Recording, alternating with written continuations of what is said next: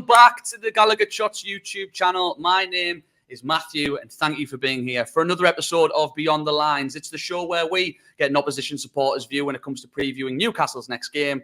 And this Thursday, 7:45, it's the big one. It's the Solomon Rondon derby as Newcastle travel to Goodison Park to take on Everton. Two teams still not assured of Premier League survival, both on different journeys, different stepping stones as it stands.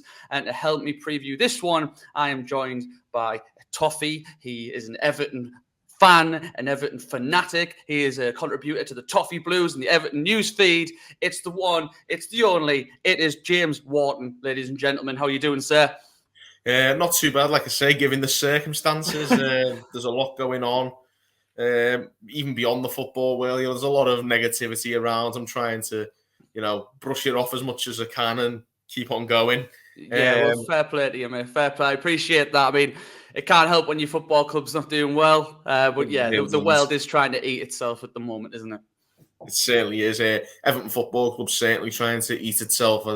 Nothing much more could possibly go wrong with this campaign. It has been, I really can't understate just how much of a complete and unmitigated disaster it's been. I think it's even beyond some of the stuff you guys probably experienced with Ashley. I think, We'll get on. We'll obviously get on to all that good stuff. I mean, you've already pretty much started answering my first question there, James. I mean, usually I say before we get into the match because we preview the game. Everton. I don't need to really read out all the stats, but one win under Lampard, win in the last 11 league games, sitting fourth bottom on goal difference, 3 games in hand though. But like you've just said, it's uninspiring at the moment. So your thoughts on the season so far, which you've already pretty much shared. Yeah. To describe it as a disaster just isn't really doing it justice. I think everything that could possibly have gone wrong has gone wrong. I think there's a statistic come out today. I think since September, we've had more players in court than we've had Premiership wins. Yeah, as of Calvert-Lewin's little appearance in Chester Magistrates this afternoon for speeding. Right. That's just a few little issues off the pitch, as you can tell as well. So there's plenty of off-the-field issues, plenty of boardroom issues, a lot of disdain from the fan base towards the board, which I think as Newcastle fans until very recently, you guys would be very well acquainted with. Mm-hmm. A lot of issues that I think you guys until recently will have known a lot of it very well yourselves. James, can I ask a question for those, obviously this is the point in this podcast, for those who don't know, those who from the outside looking in, because that's one thing I absolutely detest sometimes when you're such a fanatic fan that if someone from the outside looking in makes a stupid opinion, like for say, people used to say about Mike Ashley, the Rio Ferdinands of the world, he has spent money, he's kept them in the Premier League, he's only been relegated twice, I don't know what they're complaining about. Because obviously there has been money spent, and obviously, given the stories that are coming out, it can't have been wisely spent, and obviously given the position that you're in. But tell me what's the biggest, what are the points of disdain at the the current ownership? Well, obviously it was bad enough with you guys. You guys had Mike Ashley, and he was sort of the brunt of it all. Whereas we've got 2 court jesters battling it out to be who's trying to decide who's the worst of 2 evils. Really, we've got Fahad Mashiri, the sort of owner, the benefactor, if you like, and then, of course, Bill Kenwright, the chairman, who was here long before Mashiri and dragged us through the mud before even he'd shown up. So there's a lot of different issues. I think there's some fans are more angry at Mashiri, some fans are more angry at Kenwright. I think that's the thing. The fan base is so divided. There's not just anger about the way the club's being run, and there's not just it's not like everybody's pushing in the same direction, angry at, say, for instance, Mike Ashley with you guys. Mm-hmm. Some are blaming Mashiri, some are blaming Bill Kenwright, some are blaming the X amount of managers, which I think that argument's starting to wear very thin, as you can tell. The amount we've gone through and the amount that the players have let down. Some are blaming the players, as certainly Jamie Carragher on Monday Night Football last night was blaming the players. And, I mean, the players are definitely not absolved of any blame. They've been horrific this season.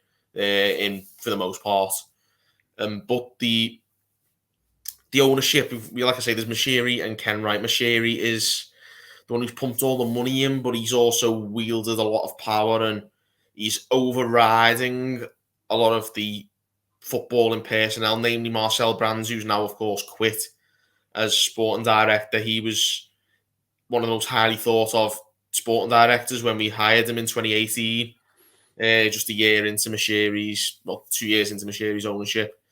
We had Steve Walsh before that as sporting director, who wasn't even a sporting director. He was just a scout who scouted a couple of very good gems for Leicester when they won the title. So he's made some absolutely horrific footballing decisions. He hired someone who wasn't even a director of football to be a director of football. He didn't have a clue what he was doing. Then he brought in a really good director of football, but hasn't let him do his job. He constantly overriding his decisions. Alex Iwobi coming in was completely Mashiri's decision, and he sanctioned 30 million for that transfer, which is 30 million that we could have spent this summer on a player we really needed. There's a lot of issues in that respect, and he seems to be overriding people. I think the one that's really sort of made people turn on Mashiri is obviously the Rafael Benitez signing. Obviously, you guys know very well about Benitez, but he sort of went against the will of the rest of the club hierarchy, who didn't want Benitez and hired him regardless. Obviously, Benitez has gone on to cause absolute ungodly murder at the club. He's well, we were going to touch. Obviously, you can't speak to Newcastle supporters on a Newcastle podcast without touching on Rafa. And I want to keep talking about Mashiri, but you're saying that Rafa, as much as his credentials are pretty good, pretty great, but you've spoke about the players and how even Ancelotti couldn't get a tune out of them. Yeah. But what did from day dot were you just like, nah, do not bring Rafa Benitez in here? No, actually, I was very willing to give him a chance. I thought he'd obviously. Ancelotti was a very defensive manager. We had that defensive setup that served us well for the most part last year, and I thought Benitez would be good continuity for that with Ancelotti leaving, but it never worked out that way. And I think the issue with Rafael Benitez was, I think you're one of the few clubs that never really experienced that, because Benitez was the lesser of two evils up against Mike Ashley. Yeah. Benitez is a very political, very stubborn, and very narcissistic manager. I mean, I wouldn't go as I appreciate words like narcissistic have very negative connotations, but one thing I would say is we did experience certain results and certain performances that epitomised the negative of Rafa Benitez, the defensive football, the sort of, and like you say, the stubbornness. But I think you are right. Rafa came into a no-lose situation. He chose a team that he shouldn't, by all means, be at. He endeared himself to the fans, quickly put himself against the owner. So if he ever left or was sacked, we'd be fuming at one person, the person we've always been annoyed at, Mike Ashley. But I guess we had the one thing that, we never had this manager who was, on the fan side, got the city, understood the city. And then near the end of his tenure there, we started playing some very good football. So when you guys got him, I was thinking, he's gonna do all right for you. I mean, he started okay, and he made one or two shrewd signings because he was given no money, was he not? Not enough money at all. And again, that is the chickens coming home to roost from the mismanagement of previous windows. Like I say, Iwobi, when the sporting director didn't even want him. And that's why we were in such a terrible position financially. We couldn't spend the money. Mm-hmm. Well, and we've talked about managers. We'll touch on Frank Lampard now, I guess. Do you think he's the man for the job? Have you noticed a difference? As much as you're in a torrid run of form, have you noticed anything different? Initially, yes. Last couple of games, not really. It's the same old rubbish. I don't blame Frank Lampard in the slightest. And I think, to be honest, Rafael Benitez, I blame him for a lot of things behind the scenes, but the football wasn't, I don't know how much of that was his fault either. I think Benitez, like I say, he was very stubborn and was very keen to... Benitez's damage was really sort of angering the sporting director, driving him away from the club, upsetting the fans, obviously, but then driving away James Rodriguez, a very good player, driving away Luca Dean to a Premier League rival. That was quite surprising. Yeah, but they fell out before that transfer. It would seem. Yeah, but he sold him, brought in a Ukrainian left back who's obviously not in a very good headspace himself anyway at the moment. So I mean, you couldn't have saw the war coming, but like, I know what you mean. Yeah. No experience anyway. He had to adapt. He's obviously going to find it more difficult to adapt, and he hasn't. So basically, we've got no left back. We've got no left footer on the left wing. We're very, very unbalanced.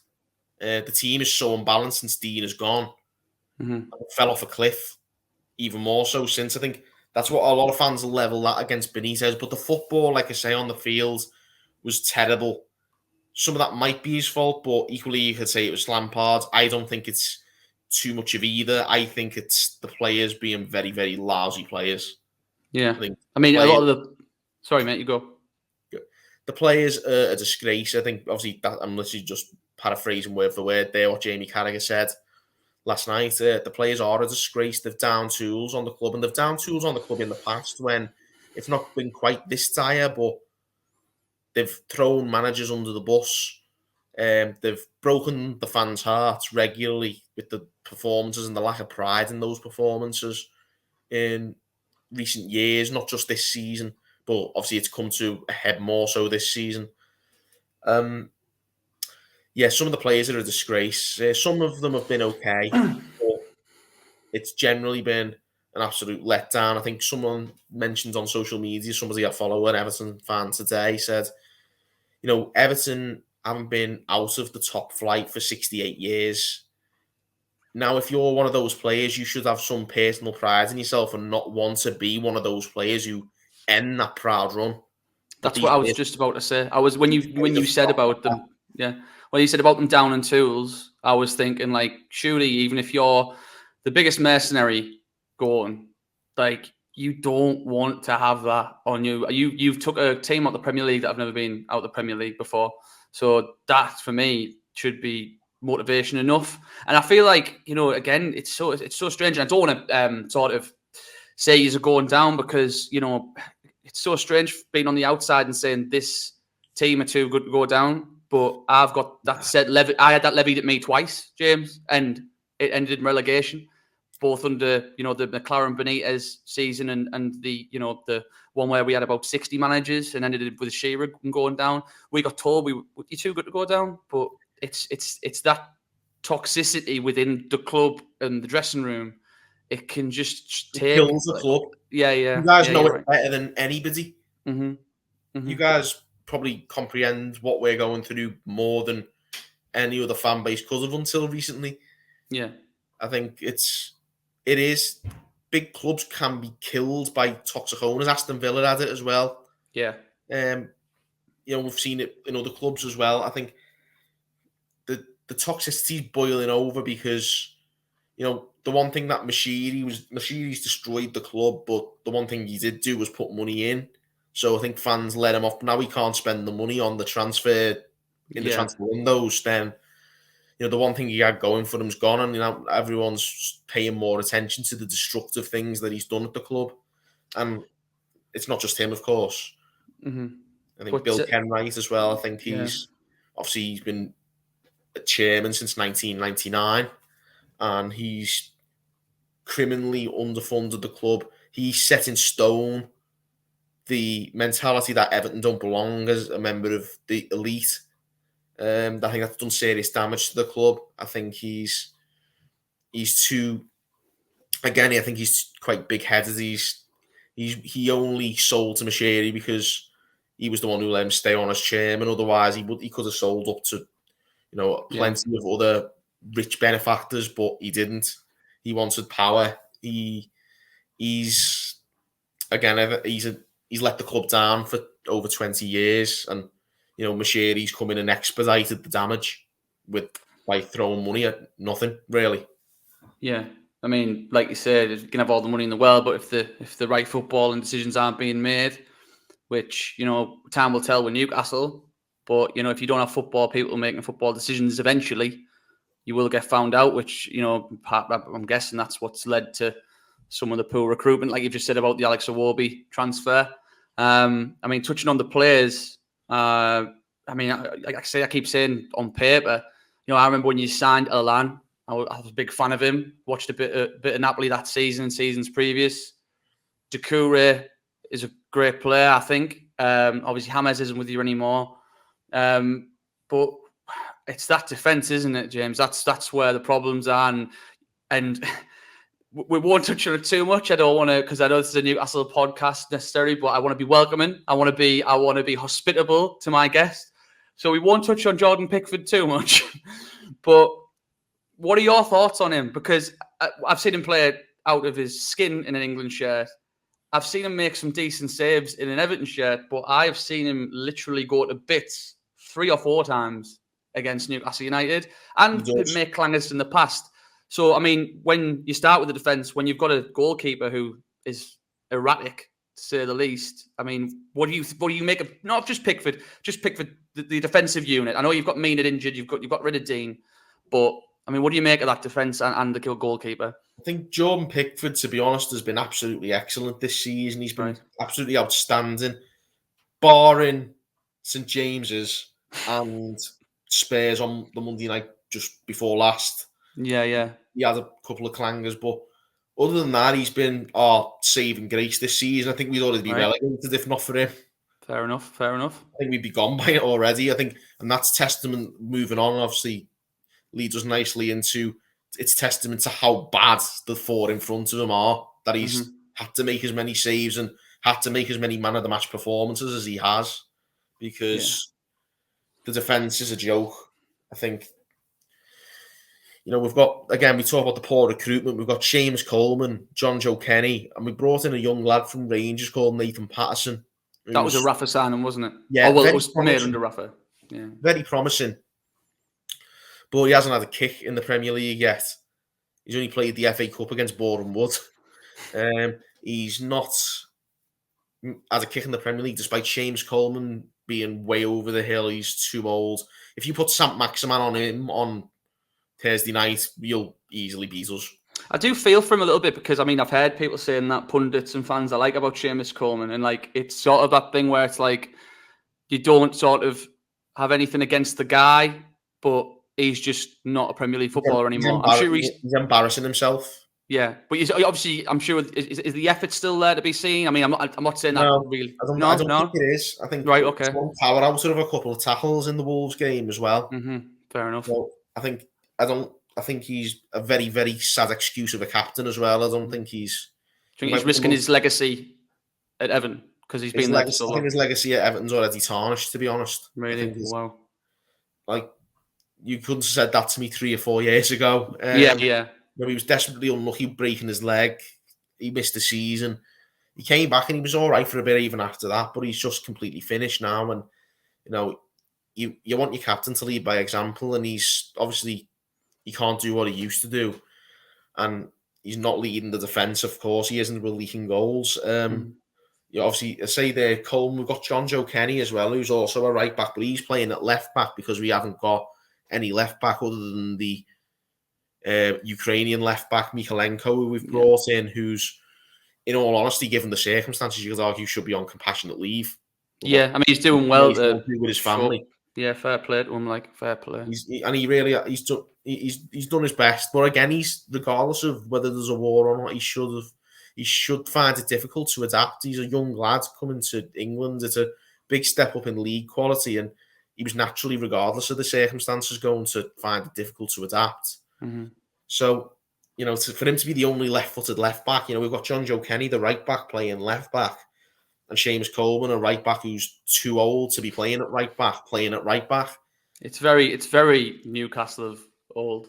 I'd say of old, of Newcastle of about 6 months ago. 6 months ago. But I mean, John Joe Kenny said there. I mean, I only realised yesterday, that he got sent off at the weekend. So what does that do now? Do you have players coming back, or is there going to be another square peg in a round hole at the weekend? Possibly. It might mean Mikalenko plays at left back, which for our sake will probably give us a little bit more balance, to be honest. So, the referee's probably done us a major favour there, sending him off. But in terms of the personnel, I mentioned the 2 issues of full-back. The centre-backs are terrible. Ben Godfrey struggles all season. He's basically got long COVID from a COVID infection last summer. he was excellent last season, so we've not had Very him good at his player. level. Yeah. Yerry Mina is a very good player on his day, but he's made of chalk. Is he still injured from when he got injured against Newcastle? Yep. Or has he played since then? Or that's he might have come back once and then gone off injured again. That's ringing a bell, actually, yeah. And it was like quite early doors. He came back, and then within 20 minutes he was off. If I'm not mistaken, yeah. So he's out for another month. He's our best defender on his day, but he's made of chalk. We can't rely on him. Mason Holgate blows hot and cold. He's not the most reliable. I think he's a bit too laid back sometimes. He's sometimes switches off. But for me, obviously, Michael Keane's the big issue in our centre-back pair at the moment. He's been terrible all season. He's chipped in with a couple of goals, and I think that's about as good as I can say for him. Defensively, he's been atrocious. He gets turned very easily. He switches off. He's caught out of position regularly. He scores peaches of own goals for the opposition. Yeah, I've seen a couple of them. He's been absolutely wretched. He finally got dropped for the Wolves game, but obviously it didn't really turn our fortunes around. We still didn't win. Did you play with a 3 in that game, James? Did you play with 3, like a 3 centre half? So did you play? I was looking at the previous lineup, and you started with Coleman, Mikalenko, and Kenny, didn't you? Yeah, it was like Kenny. It was weird. He was using Kenny as a centre back in a back 3. Coleman as the wing back. It was sometimes, and I think that's why fans are starting to become concerned about Lampard as well, because his selections are really strange. And I know he's dealing with a very much depleted pack, and he's the things that he has available to him, the resources aren't very good. But you still got to try and do a bit better than that. And Everton are in a relegation battle, and we need to win games of football. I think Everton fans we're very simplistic fans. We don't ask for much. Just at least have 4 at the back and try and attack. We don't want 5 at the back when we're trying to get wins to get out of trouble. I think that's something we fear. I think Lampard might, if he knows what's good for him, should be knocking that on the head. The only other players I'll just sort of bring to the magnifying glass just briefly before we get on to what our thoughts about the game will be. Obviously, you were active in January. You brought in Dele Alli. He's not really started many games. And Donny van der Beek, a player who Newcastle were after, but he didn't want to come to Newcastle. But what have you seen of them? What have you thought of them? Do you have any hope in them, contributing to you getting the safety?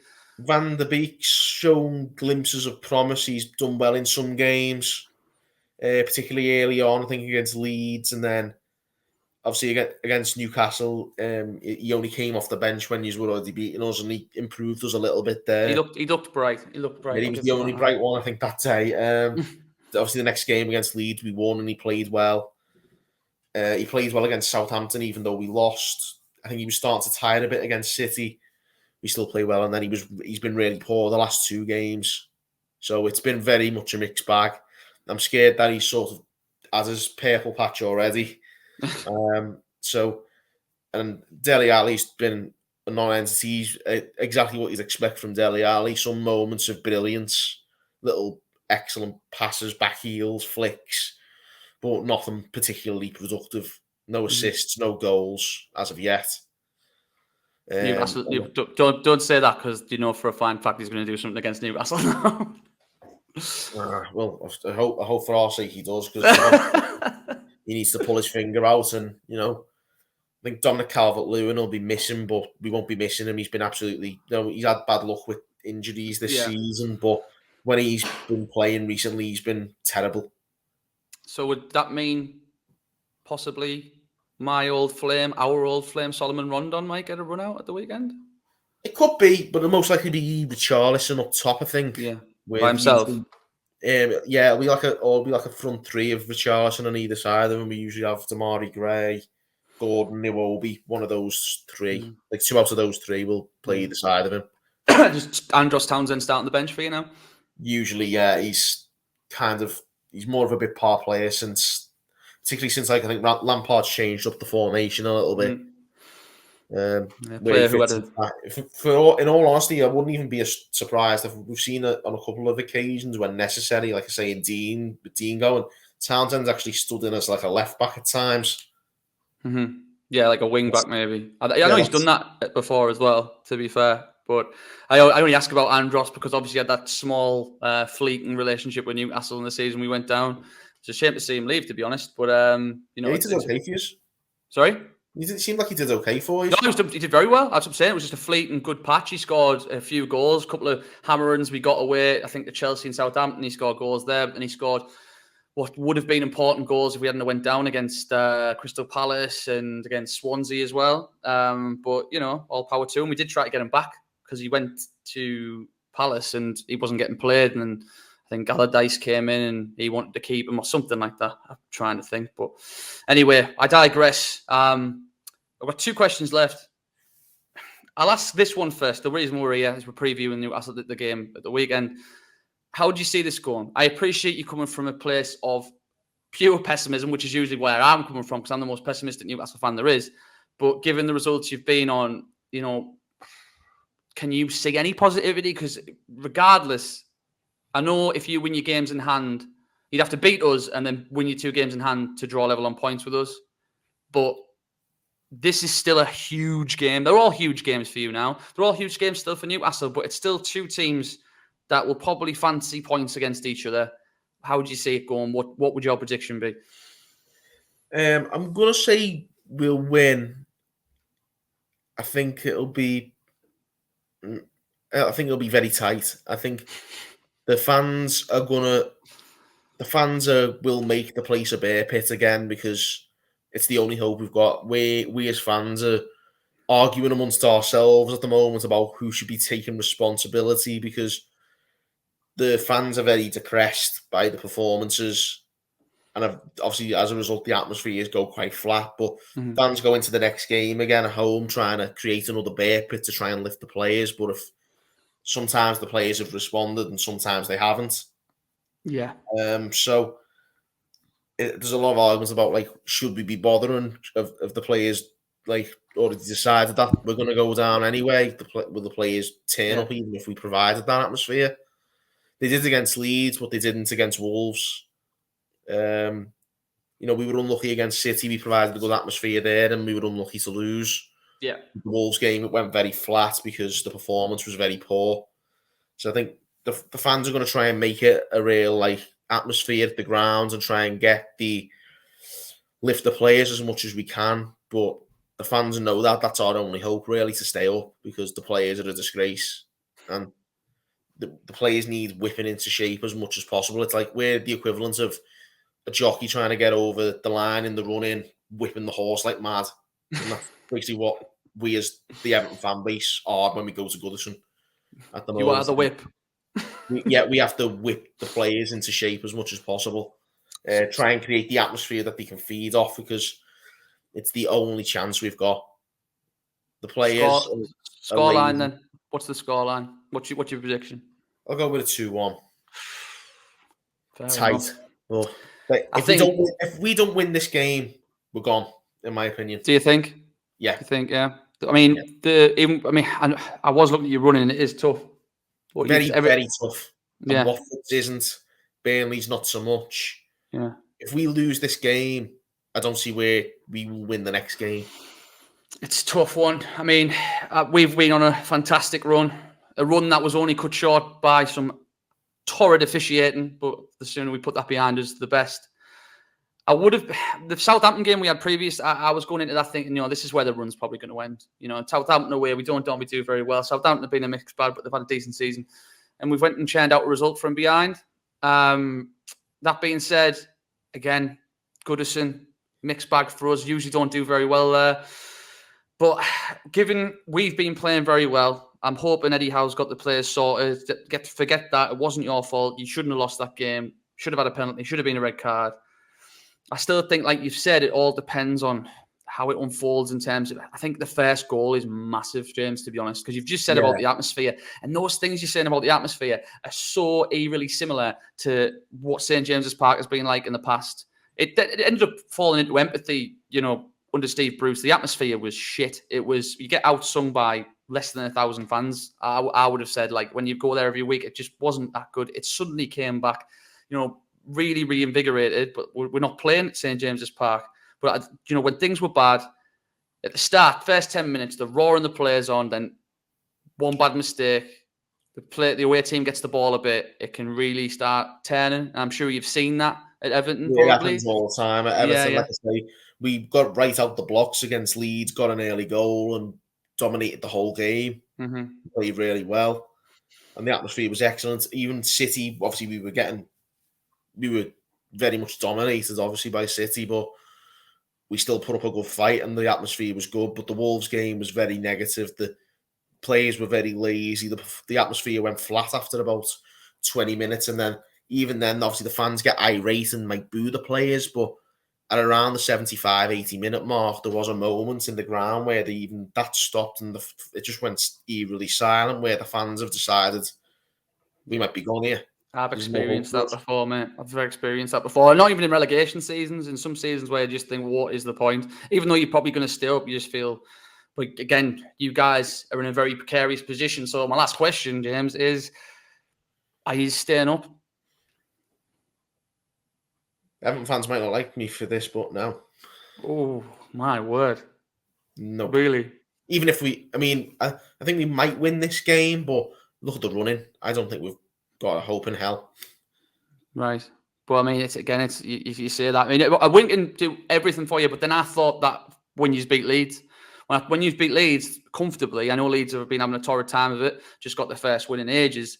I thought that would turn you guys round, and it obviously hasn't. So again, your team better than me. And I think in your position, I'd be saying the same thing. I've definitely said it in seasons we haven't went down. Like last season, the Steve Bruce, I was certain we were going down, but we managed to string some. And it was a case of that old thing of there's 3 worse teams than you, and there was. But do you think that you don't think there's 3 worse teams than you this season?